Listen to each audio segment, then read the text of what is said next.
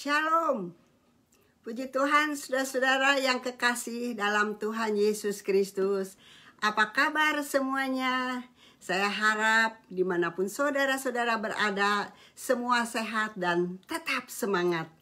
Kami dari BIC Shalom mengucapkan selamat bertemu lagi dalam online service live Facebook.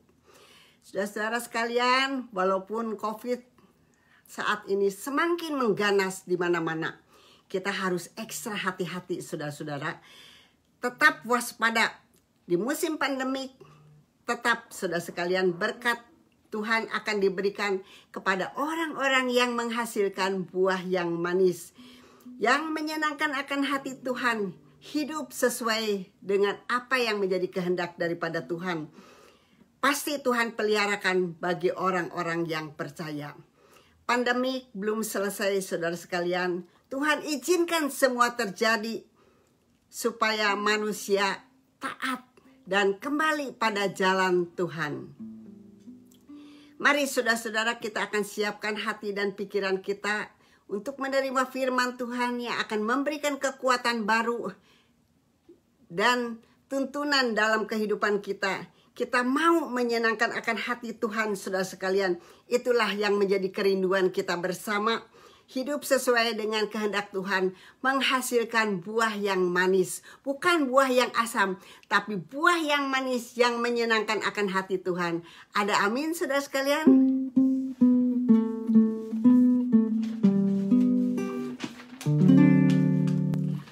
Tuhan, ku mau menyenangkan-Mu. Tuhan, bentuklah hati ini jadi bejana untuk hormat-Mu, cemerlang bagai emas murni. Tuhan, ku serahkan hatiku, semua ku berikan padamu. Kuduskan hingga tulus selalu, agar aku menyenangkan-Mu, menyenangkan-Mu, senangkan-Mu. Hanya itu kerinduanku, menyenangkan-Mu, senangkan hati-Mu. Hanya itu kerinduanku. Tuhan, ku mau menyenangkan-Mu. Tuhan, bentuklah hati ini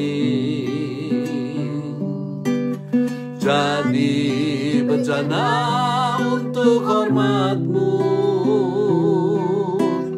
cemerlang bagai emas murni. Tuhan, ku serahkan hatiku, semua ku berikan padamu. Kudus hingga tulus selalu, agar aku menyenangkan-Mu,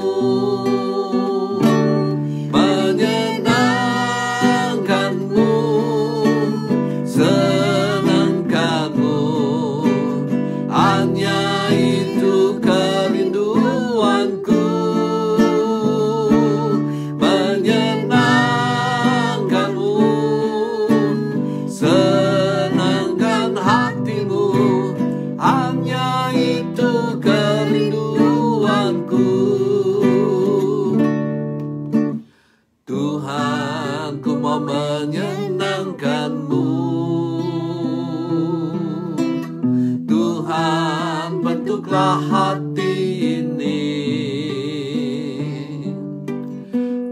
jadi bencana untuk hormat-Mu.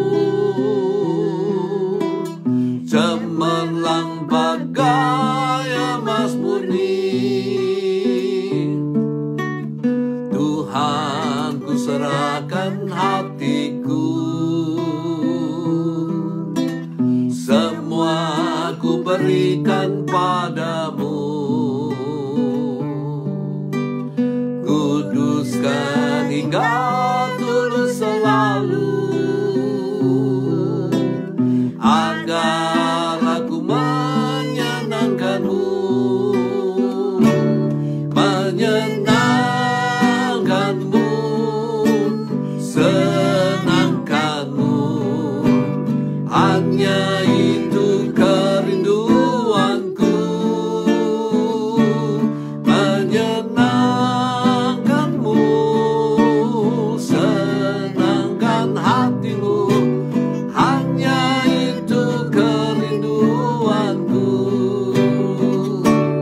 menyenangkan-Mu, senangkan-Mu. Hanya itu kerinduanku,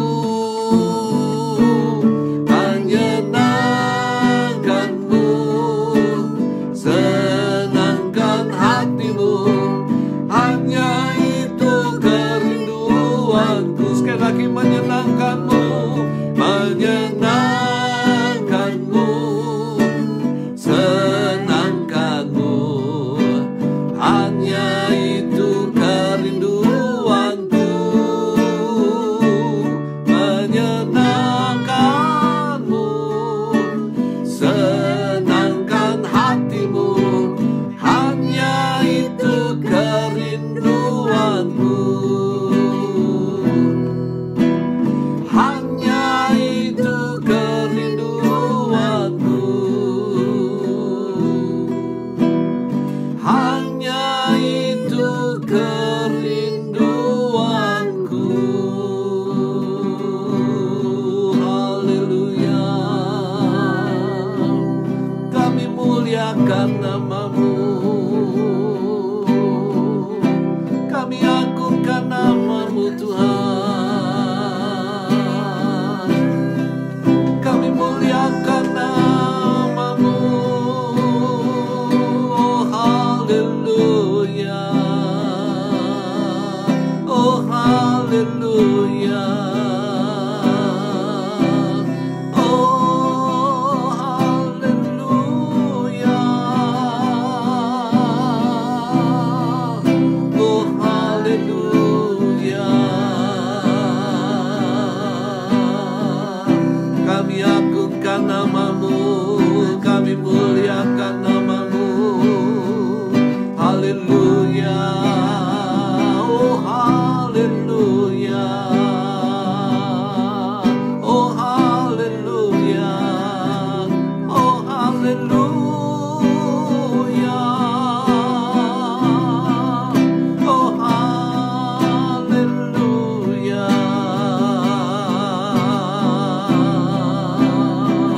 Kami muliakan Engkau, Engkau yang layak untuk dimuliakan, Engkau layak untuk dibesarkan nama-Mu.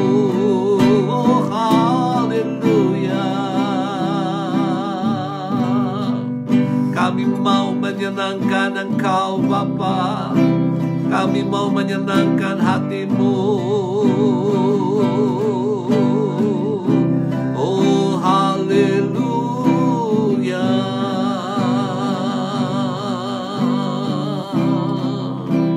haleluya. Menyenangkan-Mu, senangkan-Mu. Hanya itu kerinduanku,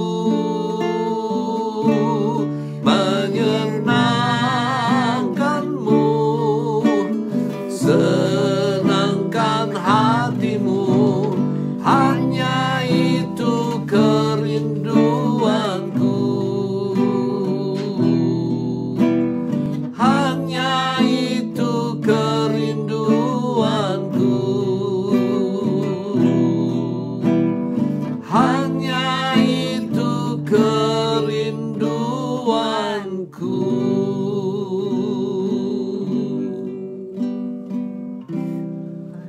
Engkau yang mengetahui kerinduan kami.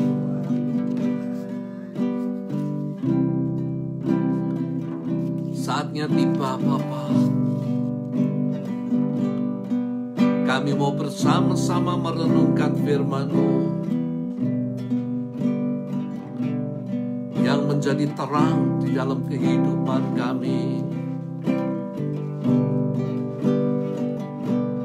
Firman-Mu yang menerangi hidup kami, supaya kami boleh berjalan di dalam terang kebenaran firman-Mu dan tidak menyimpang ke kiri ataupun ke kanan.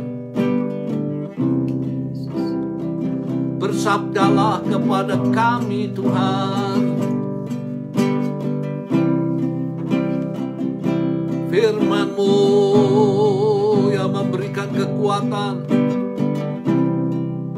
di dalam kehidupan rohani kami.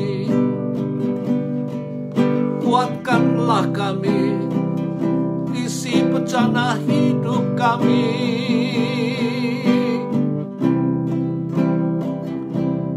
Firman-Mu merupakan roti surga bagi kami.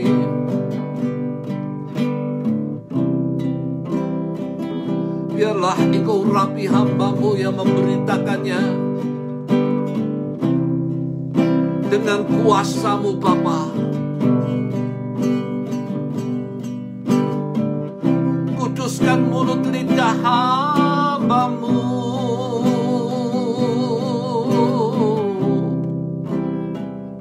supaya berlayak untuk menyampaikan firman yang kudus dari Allah. Urapilah mulut lidah hamba-Mu dengan kuasa-Mu, supaya kami memberitakan firman bukan dengan kekuatan manusia, tapi dengan kuasa daripada Allah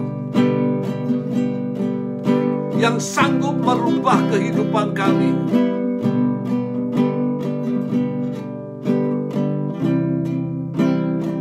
Yang sanggup memberikan kekuatan kepada kami.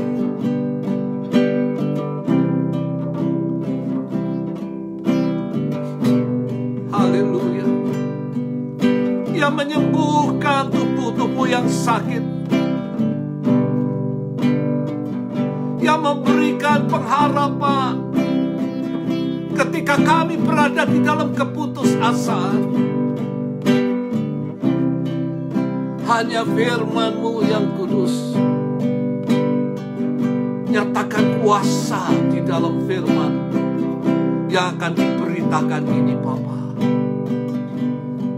Kami mau serahkan dalam tangan Tuhan setiap hati yang mau mendengar.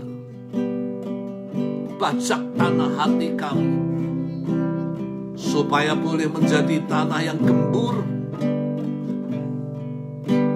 sehingga benih firman Tuhan bisa bertumbuh dalam kehidupan kami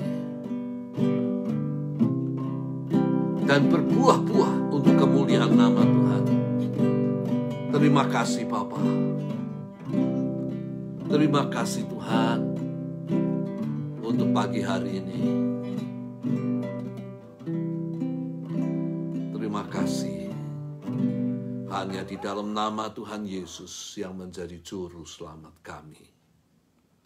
Kami sudah berdoa dan mengucap syukur.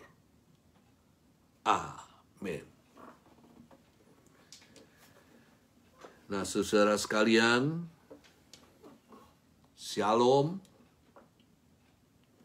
Selamat pagi. Kita berjumpa lagi di dalam ibadah live streaming pada pagi hari ini. Dan pada saat ini, saudara sekalian, saya akan berbicara mengenai anggur yang asam. Di mana terdapat di dalam kitab Nabi Yesaya. Saya hanya ambil ayat 1 dan ayat yang kedua.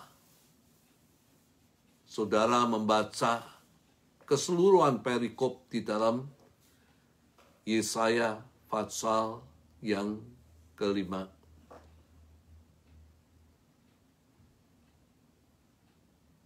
Dikatakan demikian di dalam kitab Nabi Yesaya ayat 1 dan 2, aku hendak menyanyikan nyanyian tentang kekasihku.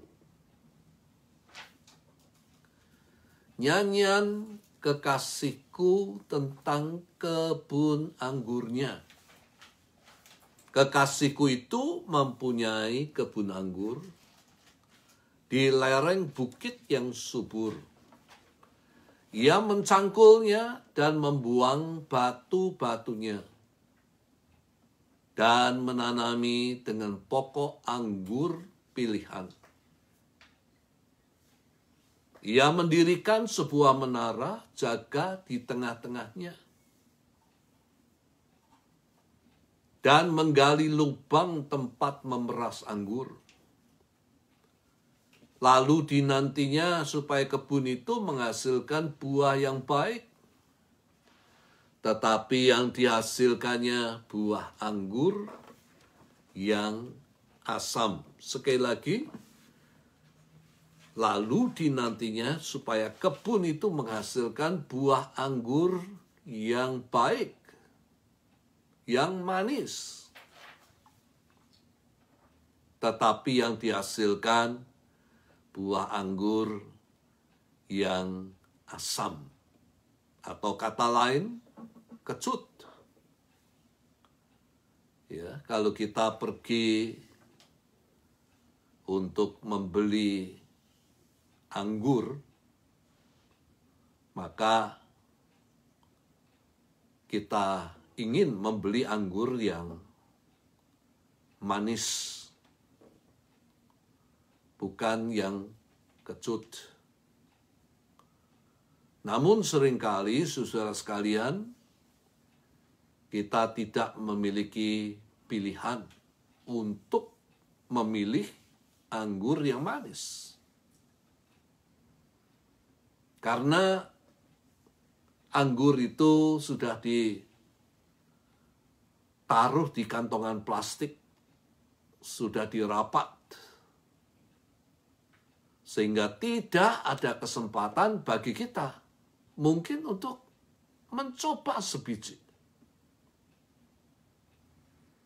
Dan ketika tiba di rumah, saudara sekalian, seringkali yang saya dapatkan bahwa anggur yang kami beli bukan anggur yang manis,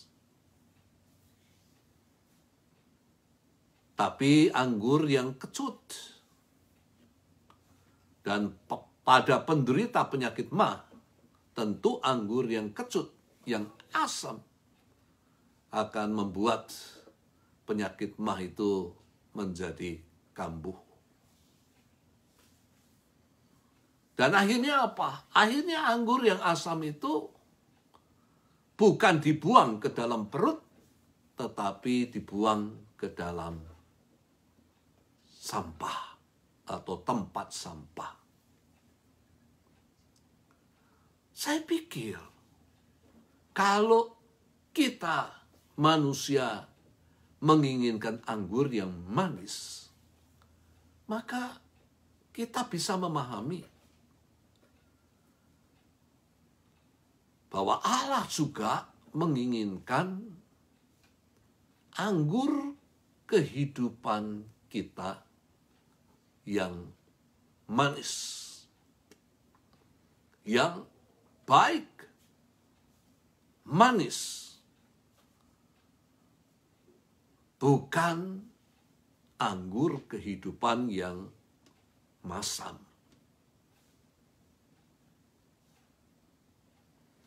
Nah, saat ini kita akan membahas mengenai nyanyian. Dan kata-kata nyanyian atau syair nyanyian ini merupakan perumpamaan tentang kebun anggur. Pertama-tama kita harus memahami bahwa Allah berbicara kepada umatnya kadang-kadang dengan kata-kata yang jelas. Tetapi juga sering ia berbicara melalui perumpamaan. Dan banyak kita mendapatinya di dalam Alkitab. Baik di dalam Perjanjian Lama kita mendapatkannya, dan juga banyak di dalam Perjanjian Baru di mana Yesus berkata-kata melalui perumpamaan. Dan hal itu biasa dilakukan. Pada saat itu orang berkata-kata, menyatakan sesuatu melalui perumpamaan. Dan di dalam pembahasan kita pagi ini, Allah itu berbicara kepada Yehuda. Tidak dengan kata-kata yang jelas, tetapi melalui perumpamaan kebun anggur. Dan isi daripada seluruh perumpamaan ini, saudara sekalian, mengetengahkan tentang bahaya atau akibat daripada kehidupan dosa. Jadi bahaya akibat kehidupan dosa. Dan itu yang menjadi perhatian kita. Nah, mari kita akan membahas perumpamaan di dalam nyanyian kebun anggur itu. Yang pertama dikatakan, kekasihku itu mempunyai kebun anggur di lereng bukit yang subur. Dan kekasih yang dimaksud adalah Tuhan kita, Yesus Kristus. Ia adalah anak yang dikasihi Allah. Dan juru selamat yang kita kasihi tentunya. Ia memiliki kebun anggur di lereng bukit yang subur dan bermaksud menanami kebun anggurnya dengan pokok anggur pilihan. Mari kita melihat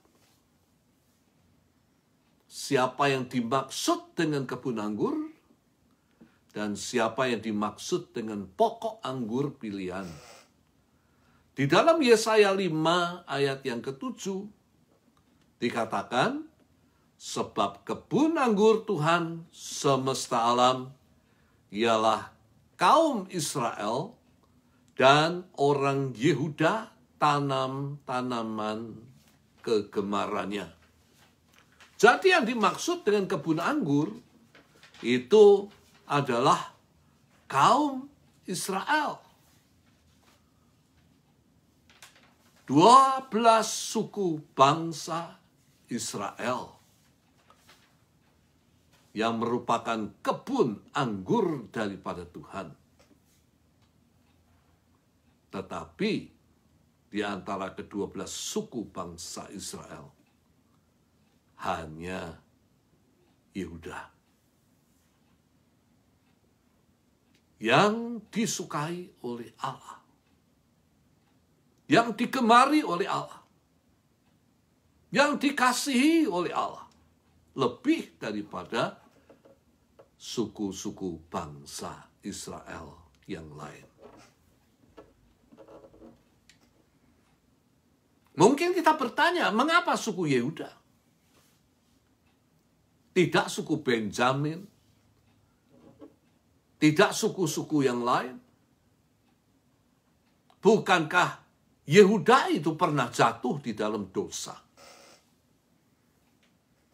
Di dalam Kejadian 38 ayat 26, dikisahkan bagaimana Yehuda, dia berzina dengan menantunya sendiri yang bernama Tamar. Kenapa Tuhan memilih Yehuda?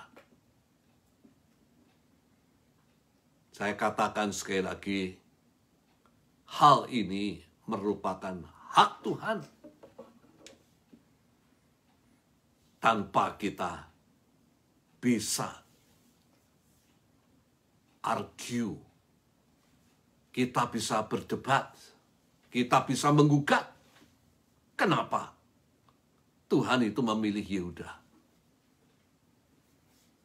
Bukankah reputasi daripada Yehuda bukan orang yang saleh? Tapi ini hak Tuhan. Sesuka-sukanya Tuhan untuk menentukan pilihannya. Dan ia memilih menyukai Yehuda lebih daripada suku-suku bangsa Israel yang lain.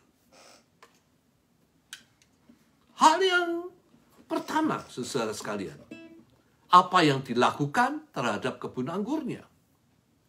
Dikatakan ia menanam tanaman anggur pilihan di lereng bukit yang subur. Lereng bukit biasanya mengandung banyak zat yang baik untuk tanaman. Sehingga tanaman tidak kekurangan makanan. Ini menggambarkan bagaimana Tuhan memberkati berlimpah-limpah kepada bangsa Yehuda. Sehingga mereka tidak kekurangan di dalam kehidupan mereka.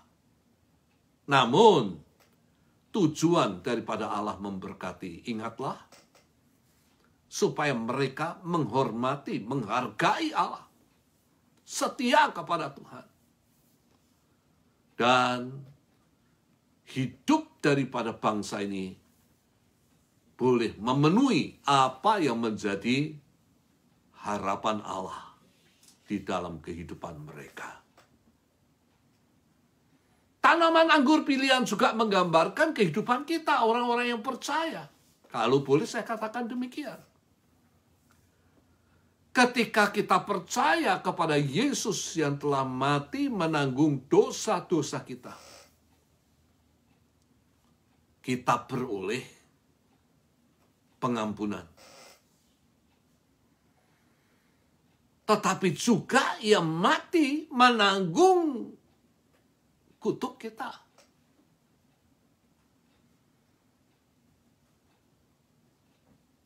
Sehingga kita boleh menjadi umat yang diberkati oleh Allah.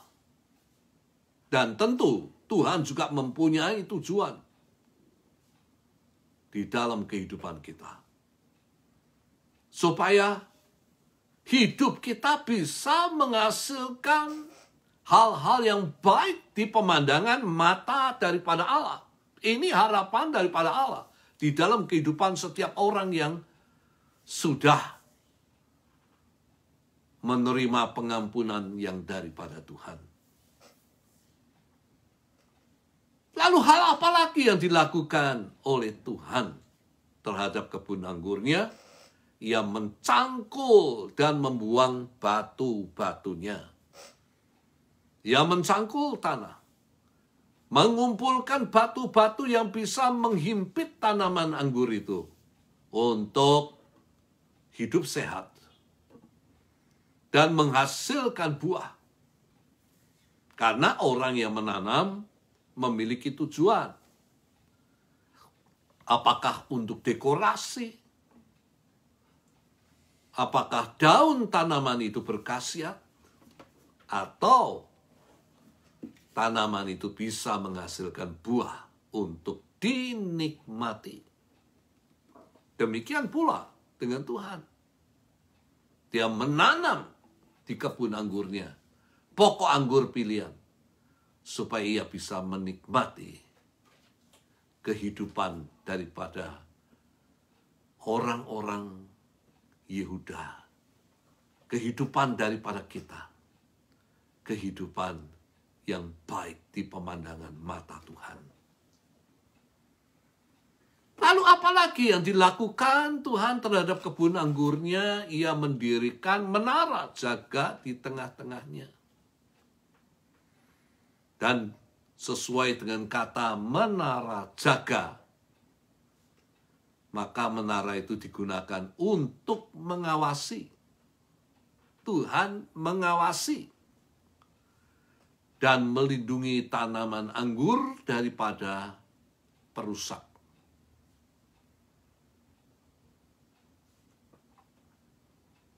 Dan ini menyatakan bagaimana Tuhan senantiasa menjaga kita, melindungi kita. Tidak hanya kepada orang-orang Yehuda, tetapi Dia menjaga dan melindungi kita. Orang-orang yang percaya akan nama Yesus. Sekali lagi, tujuannya apa? Tujuannya supaya tidak ada perusak yang diizinkan merusak tanaman anggur pilihan itu.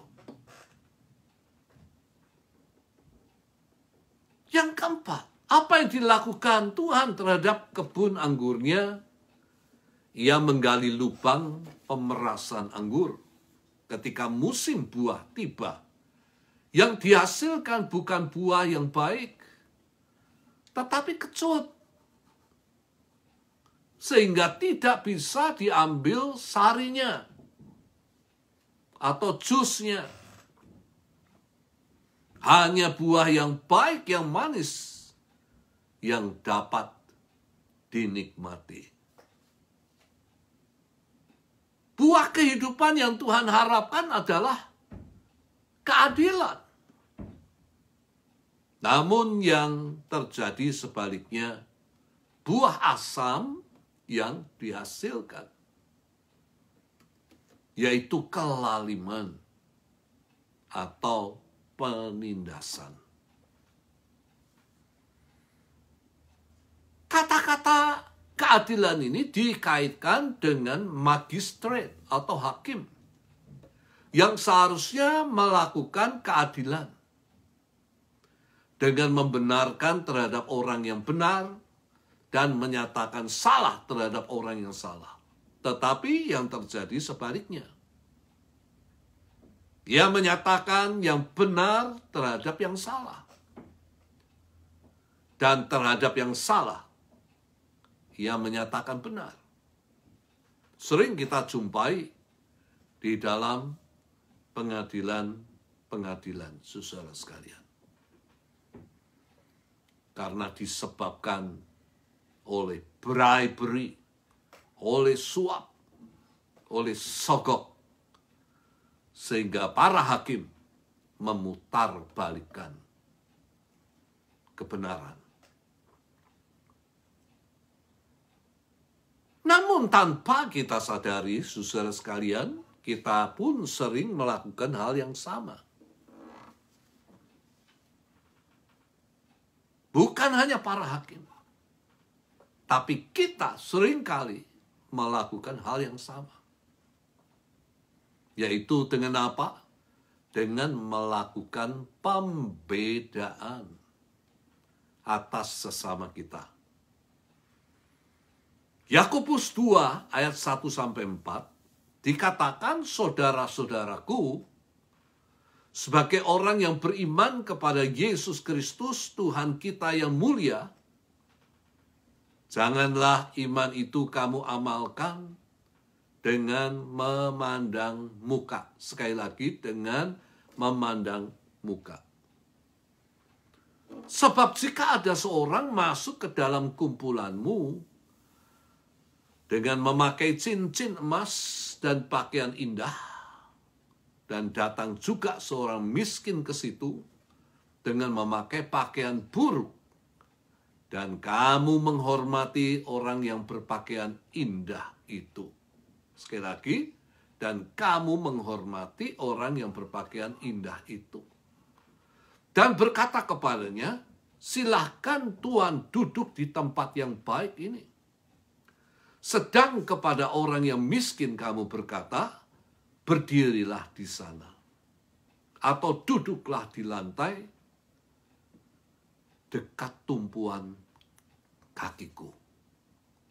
Bukankah kamu telah membuat pembedaan di dalam hatimu dan bertindak sebagai hakim dengan pikiran yang jahat? Dengan membeda-bedakan, memandang muka terhadap sesama, berarti kita melakukan ketidakadilan terhadap sesama kita. Dan ini Tuhan tidak kehendaki. Yang Tuhan kehendaki apa?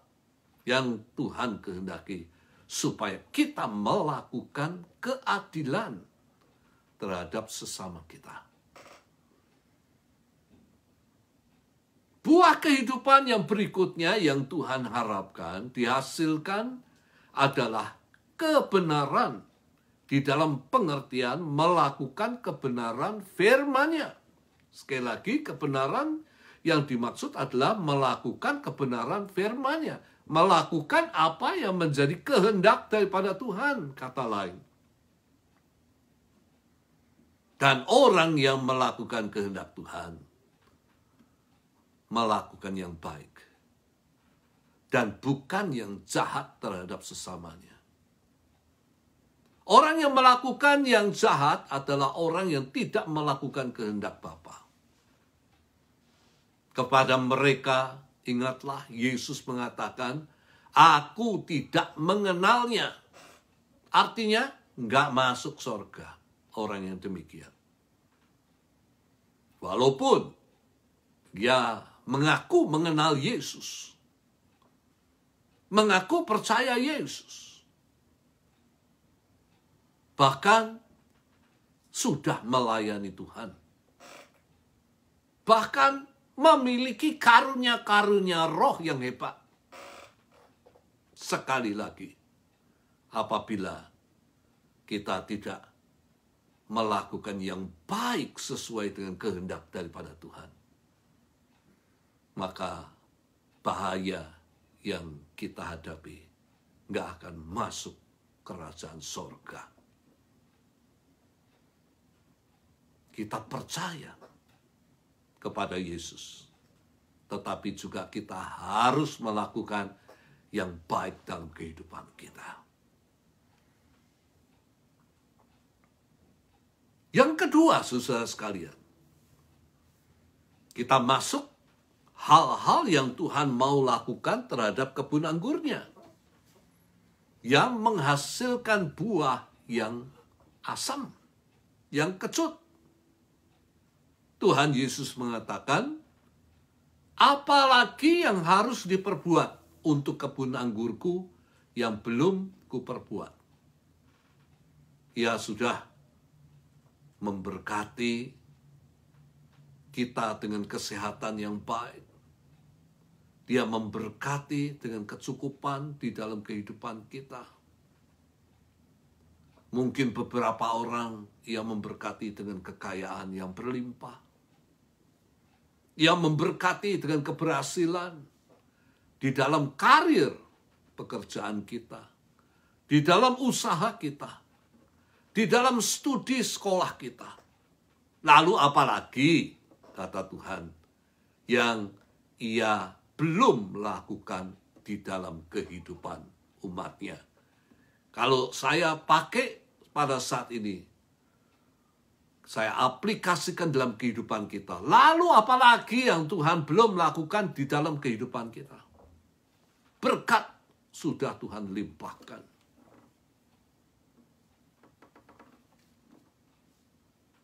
Kini ia menanti. Sekali lagi, ia memberkati kita kini ia menanti supaya dihasilkan anggur yang baik.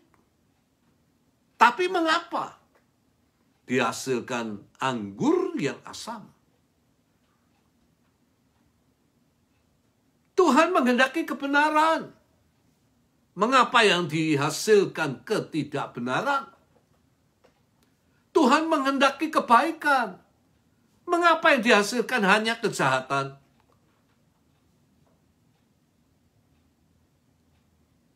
Tuhan menghendaki kerendahan hati, kesabaran, kasih. Tetapi yang dihasilkan hanya kesombongan, ketidakpuasan. Tuhan menghendaki berdoa, memuji Tuhan. Tetapi yang dihasilkan hanya kutukan, sumpah serapah terhadap sesama.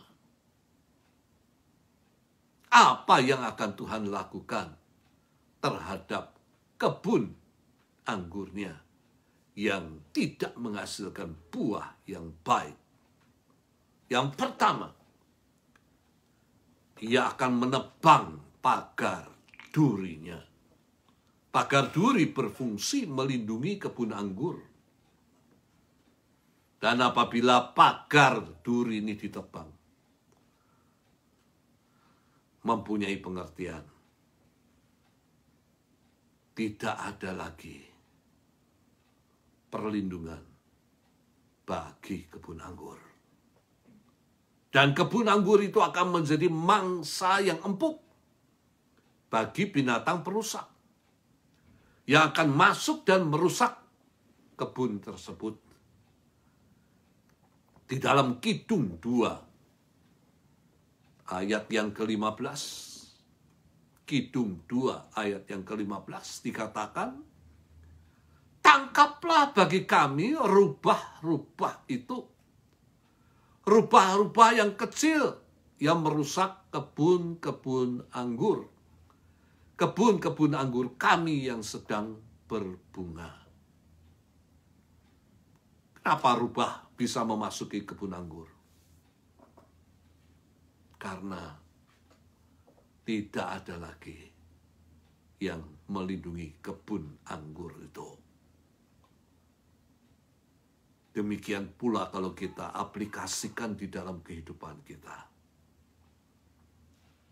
Bila perlindungan Tuhan sudah tidak ada lagi, mempunyai pengertian bahwa hidup kita menjadi terbuka terhadap musuh-musuh yang ingin merusak kehidupan kita. Dan kita menjadi mangsa yang empuk. Kita menjadi makanan yang empuk bagi musuh-musuh kita. Baik penyakit, virus yang mewabah, malapetaka, dan mereka yang berbuat jahat menyerang kita melalui kuasa-kuasa kegelapan. Apakah itu pelet, santet, mantra-mantra yang tadinya tidak mempan karena Tuhan menyertai umatnya. Kini bisa kena karena perlindungan Tuhan sudah tidak ada lagi.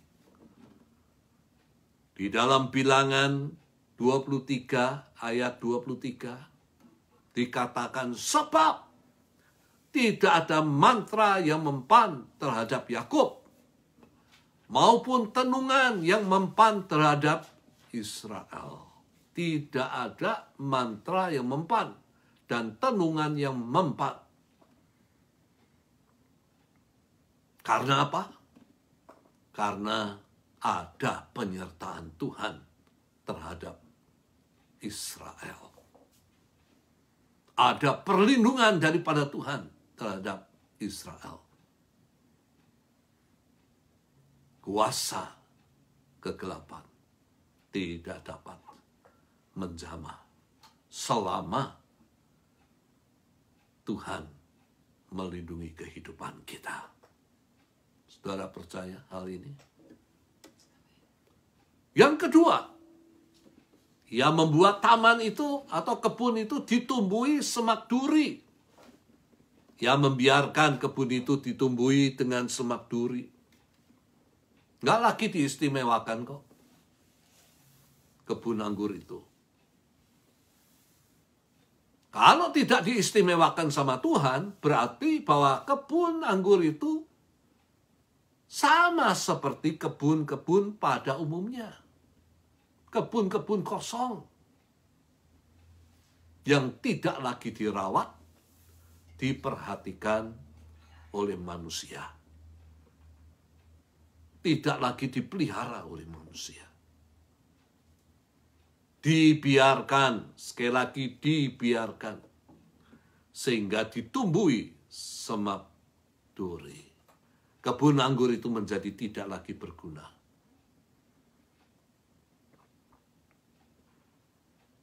Ketika kesesakan datang, saudara-saudara sekalian, ketika hidup kita dibiarkan Tuhan, Tuhan meninggalkan kita. Ketika kesesakan datang, Tuhan tidak lagi mau memperdulikan. Tuhan tidak lagi mau memberikan perhatian.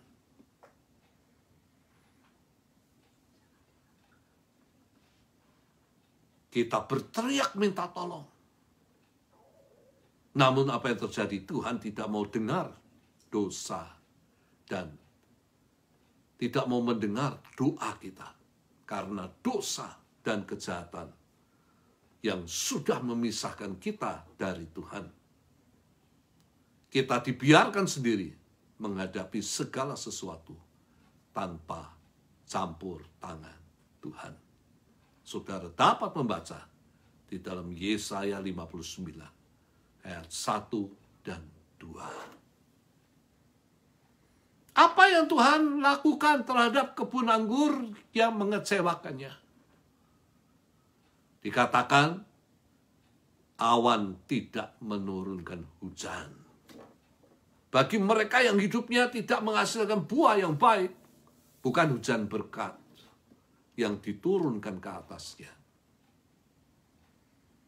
tetapi ancaman penghukuman Tuhan yang akan menimpa mereka. Saudara dapat baca keseluruhan pasal yang kelima.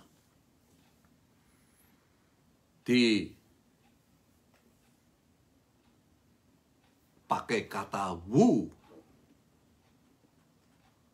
duka cita, kesedihan yang akan menimpa oleh karena mereka atau bangsa Yehuda melakukan dosa, kejahatan di mata Allah. Bukan berkat. Demikian juga dengan kita. Saya katakan kalau kita hidup di dalam dosa, maka bukan berkat yang Tuhan limpahkan. Percayalah saudara sekalian.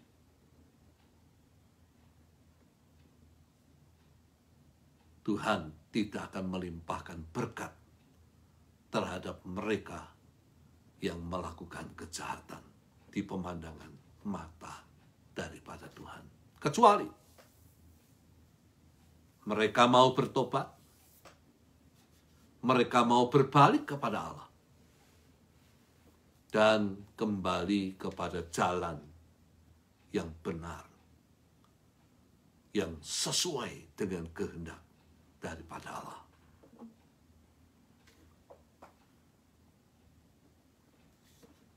Tuhan menciptakan manusia. Sekali lagi Tuhan menciptakan manusia. Termasuk tentu malaikat. Ia memberikan kehendak bebas. Sehingga manusia maupun malaikat bisa memilih. Untuk taat atau tidak taat kepada Allah. Masing-masing memiliki resikonya sendiri. Bila kita taat, maka berkat kebaikan akan dialami. Tetapi jika kita memberontak, maka penghukumannya akan menimpa. Tidak lagi hal-hal yang baik yang akan dialami. Oleh karena itu, jangan kita salah memilihnya. Kalau kita ingin diberkati, hidup harus menghasilkan buah yang baik, bukan buah yang kecut. Yesaya menubuatkan ancaman hukuman Tuhan. Karena bangsa Yehuda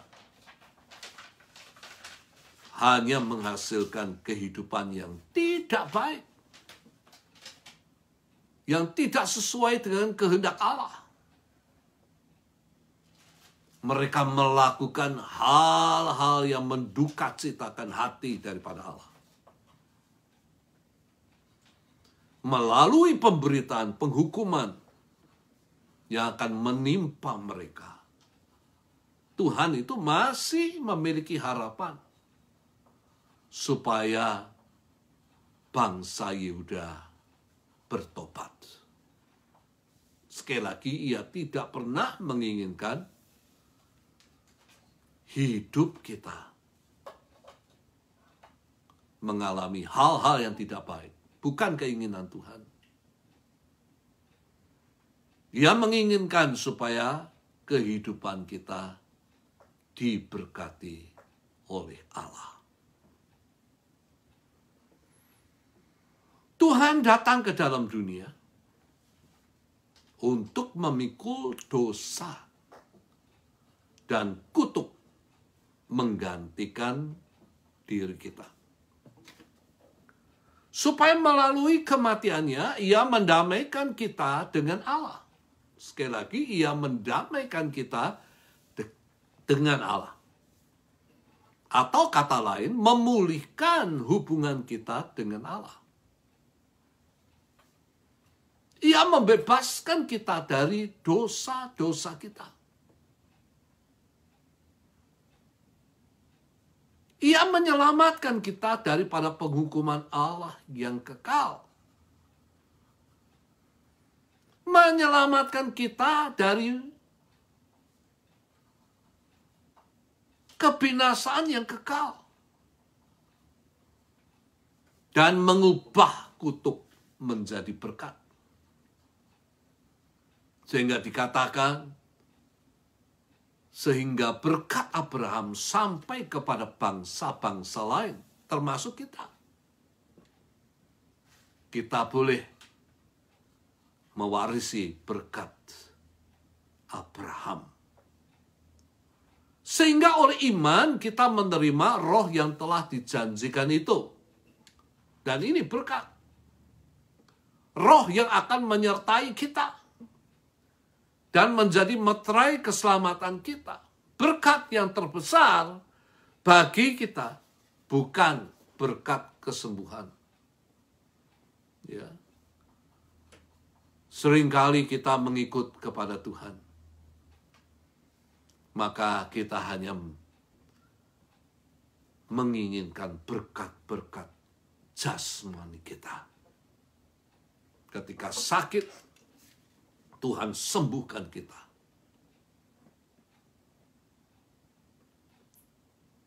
Perlindungan di dalam kehidupan kita terhadap sakit penyakit. Berkat kekayaan.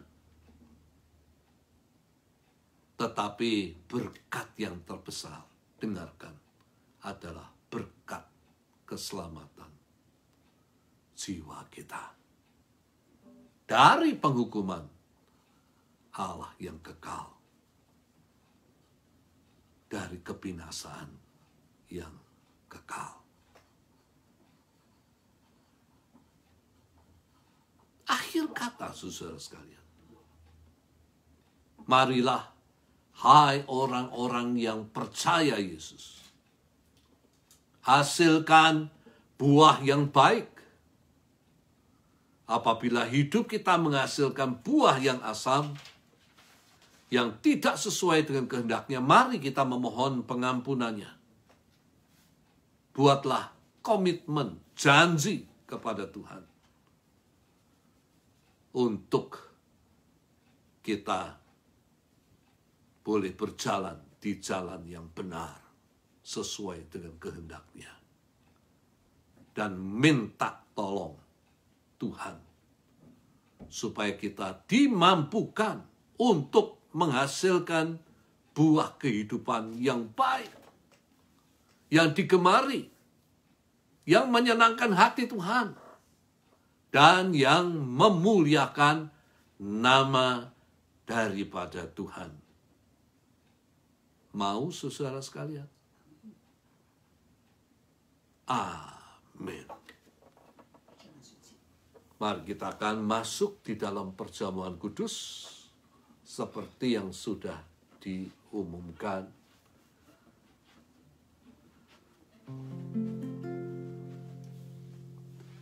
Dia datang ke dalam dunia untuk memikul dosa-dosa kita, mendamaikan kita dengan Allah, memulihkan hubungan kita dengan Dia. Tapi melalui perjamuan kudus ini, ada hal lain yang menjadi rahasia. Dikatakan, ketika kita makan dan minum di dalam perjamuan ini, apakah saudara tahu kita dipersekutukan dengan tubuh dan darah Yesus yang berkuasa. Dan ketika kita makan dan minum, maka darah daripada Kristus akan mengalir di dalam kehidupan kita. Sebab itu, yang sakit akan disembuhkan. Amin. Yang lemah dikuatkan. Yes. Yang susah dihiburkan. Yang berputus asa akan diberikan kekuatan dan pengharapan yang baru. Kita dipersekutukan dengan darah Yesus yang berkuasa. Mari kita sama-sama pada saat ini periksa diri kita masing-masing sebelum kita makan dan minum. Supaya kita boleh makan dan minum berlayak di hadapannya. Kalau ada dosa, mari kita mengakui di hadapan Tuhan. Kalau hidup kita tidak menghasilkan buah yang baik tapi asam, mari kita mengaku di hadapan Tuhan. Supaya Tuhan mengampuni, menghapus segala dosa kita dengan kuasa darahnya yang menyucikan, mengkuduskan kita, Amin. yang membuat kita atau hidup kita menjadi putih seperti salju dan bulu domba. Sehingga kita berlayak untuk makan dan minum dan kuasa darah Yesus yang akan menjamah kita sekalian, mengalir dalam kehidupan kita.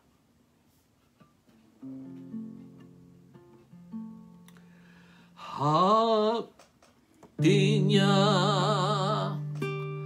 Tuhan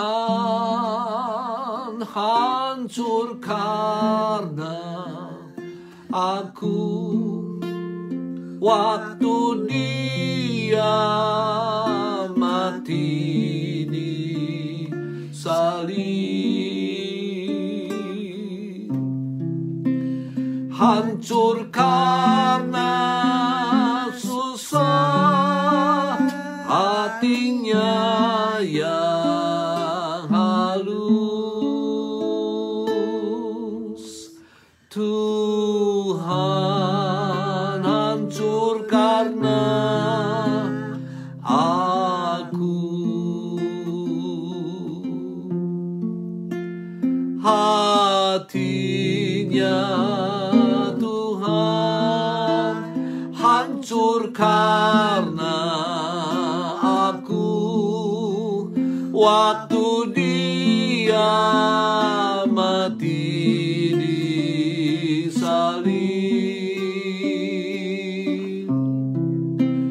Hancur karena susah hatinya yang halus. Tuhan hancur karena aku. Sekali lagi kita nyanyikan. Hatinya Tuhan hancur karena aku, waktu Dia mati di salib. Hancur karena susah hatinya yang halus. Tuhan hancur karena aku. Tuhan hancur karena aku. Terima kasih Bapa. Sekali lagi kami ingin mengikuti perjamuan Tuhan dengan berlayak. Ampuni segala dosa yang kami lakukan Bapa, yang mendukacitakan hati Tuhan. Ampuni kalau ada kebencian di dalam hati kami terhadap sesama kami, yang tidak menyukakan hati-Mu. Dan biarlah pada saat ini darah Yesus menyucikan kami, mengkuduskan kami. Buatlah hidup kami kembali menjadi pulih seperti salju dan bulu domba. Dan kami menyerahkan sekali lagi perjamuan ini. Kami percaya bukan hanya kami mengingat kasih-Mu yang besar terhadap kami, tapi kami percaya ada kuasa. Ada kuasa karena kami dipersekutukan dengan tubuh dan darah Yesus yang berkuasa, yang boleh menyatu dalam kehidupan kami. Darah-Mu mengalir dalam pembuluh darah kami. Amin, Yesus. Sehingga terjadi mujizat Tuhan. Yang sakit sembuh, yang susah dihiburkan, dan diberikan sukacita yang baru. Yang pada saat ini lemah, diberikan kekuatan yang baru untuk hidup berapi-api mengiring kepada Engkau. Bahkan yang pada saat ini Tuhan di dalam keadaan putus asa, stres, Engkau akan memberikan kelegaan. Amin, yang daripada Tuhan. Engkau berkuasa melakukan itu. Terima kasih Bapa. Terima kasih. Pegang saat ini roti di tangan kanan, angkat tinggi-tinggi. Dan biarlah kita mengucap syukur untuk tubuh Tuhan yang sudah dipecah-pecahkan bagi dosa-dosa kita. Dikatakan demikian sebelum kita makan bersama-sama. Dan sesudah itu, ia mengucap syukur atasnya. Ia memecah-mecahkannya dan berkata, inilah tubuhku yang diserahkan bagi kamu. Perbuatlah ini menjadi peringatan akan aku. Mari kita makan bersama-sama di dalam nama Tuhan kita Yesus Kristus.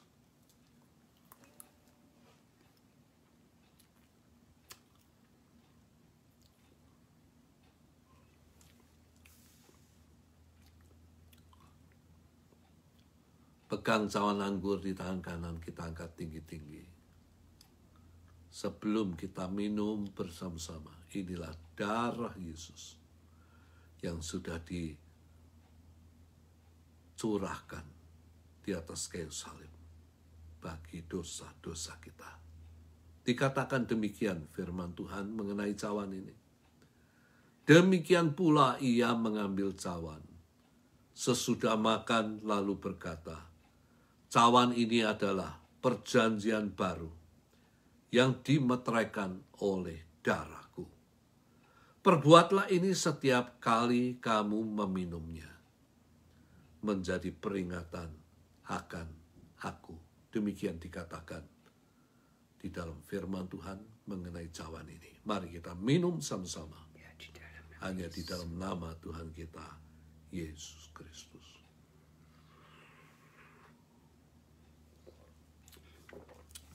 Haleluya, Yesus. Kami muliakan Engkau. Terima kasih untuk kasih yang terbesar.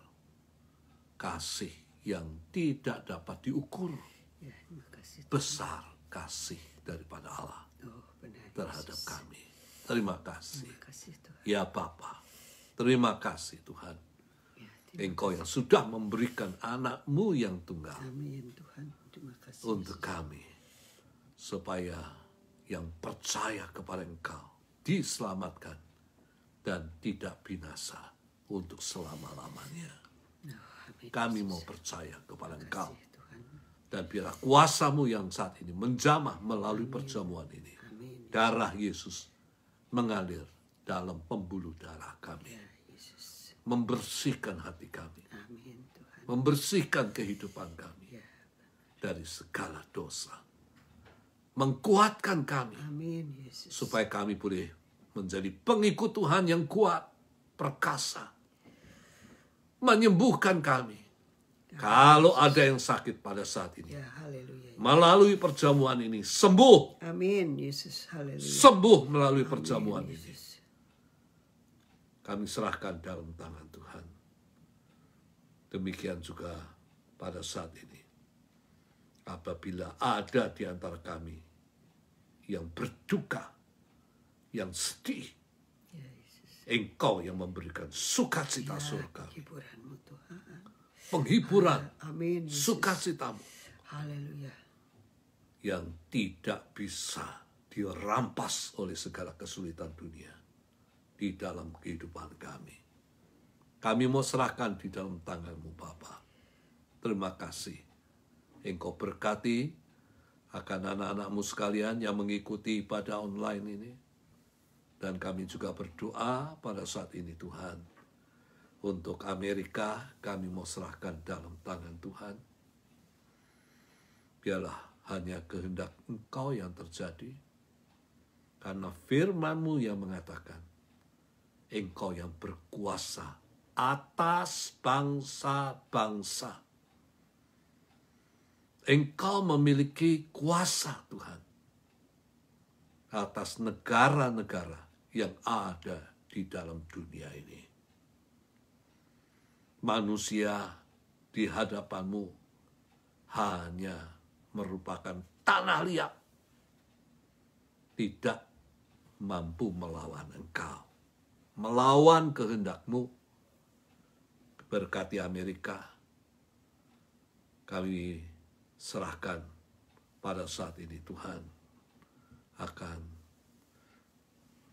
masalah kepresidenan yang belum juga tuntas di dalam tangan Tuhan. Dan biarlah Engkau yang akan menyatakan kehendak-Mu. Kami tahu satu perkara Bapa. Bila orang mengatakan suara rakyat, suara Tuhan. Kami mengatakan suara rakyat. Mungkin bukan suara Tuhan. Hanya Tuhanlah yang berhak untuk menyatakan kehendak-Mu, menyatakan pilihan-Mu Tuhan. Bukan manusia. Karena Engkau yang melihat hati, bukan melihat penampilan. Berkati perekonomian daripada Amerika, berkati vaksin yang akan disebarluaskan, kami mau menyerahkan semuanya di dalam tangan daripada Tuhan. Dan kami juga berdoa untuk Indonesia. Kami pun serahkan dalam tangan Tuhan. Teristimewa Bapak Presiden Jokowi, serta dengan jajaran menterinya, berikan hikmat akal budi untuk bisa memerintah negara yang besar, Indonesia, dengan hikmat akal budi yang daripada Tuhan, mengatasi segala kesulitan yang terjadi, baik kesulitan di dalam mengatasi COVID-19 yang mengganas di mana-mana, dan kesulitan ekonomi yang diakibatkan oleh karena wabah ini. Kami mau serahkan di dalam tangan Tuhan. Sekali lagi kami percaya bahwa Engkau yang berdaulat, yang berkuasa di dalam negara Indonesia. Terima kasih Bapak. Dan akhirnya saudara-saudara sekalian, angkat kedua tangan saudara, terimalah berkat Tuhan yang saya sampaikan kepada saudara. Kasih daripada Allah Bapa, kasih karunia Tuhan Yesus Kristus di dalam persekutuan dengan Roh Kudus menyertai engkau, menyertai pekerjaanmu, menyertai usahamu, mulai daripada sekarang sampai Maranatha Tuhan Yesus Kristus datang untuk kedua kalinya. Amin. Akhir kata saudara sekalian, saya dan istri mengucapkan Tuhan memberkati. Sampai berjumpa lagi. Bye.